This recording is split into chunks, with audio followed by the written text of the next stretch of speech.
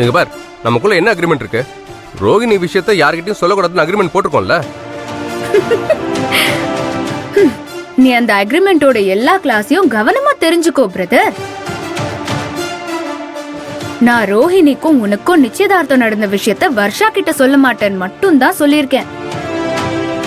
ஆனா உனக்கும் வர்ஷாக்கும் நிச்சயதார்த்தம் நடந்த விஷயத்த கதிர் கிட்ட சொல்ல மாட்டேன்னு எப்பவும் சொல்லவே இல்லையே. அதனால நான் எப்ப வேணாலும் சொல்லுவேன். நீ ரோஹிணி கிட்ட பேசலனா ஏன் இப்பவே கூட சொல்லுவேன். உனக்கு சாதகமா அக்ரிமெண்ட் போட்டு இப்ப அதை வச்சு மிரட்டுறியா?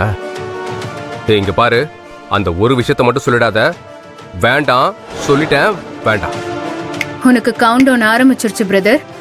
இன்னும் 5 நிமிஷம் தான் உனக்கு டைம். என்ன நடக்கணும்ங்கறத நீயே முடிவு பண்ணிக்கோ. நான் போனை வைக்கிறேன். ஏய், இப்ப கால் பண்ணுவல்ல, உன்னெல்லாம் இப்படி மிரட்டினாதான் வழிக்கு வருவ. ஒரே ஒரு ஃபோன் கால் பண்றதுனால நீ குறைஞ்சு போக மாட்ட. டேய், எனக்கு என்ன புத்தி இல்லையா? நான் யோசிக்க மாட்டேனா? சும்மா தோணன்னு பேசிட்டு இருக்காத. நிதானமா என்ன யோசிக்க விடு. உக்காரி இப்போதைக்கு.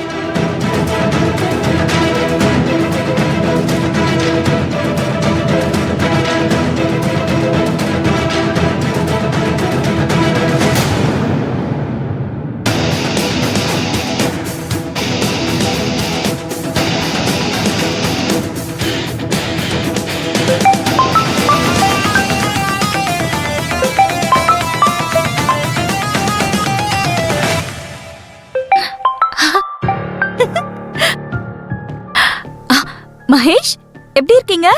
நல்லா இருக்கீங்களா? உங்க போன் கால பார்த்த உடனே எனக்கு எவ்வளவு சந்தோஷமா இருக்கு தெரியுமா?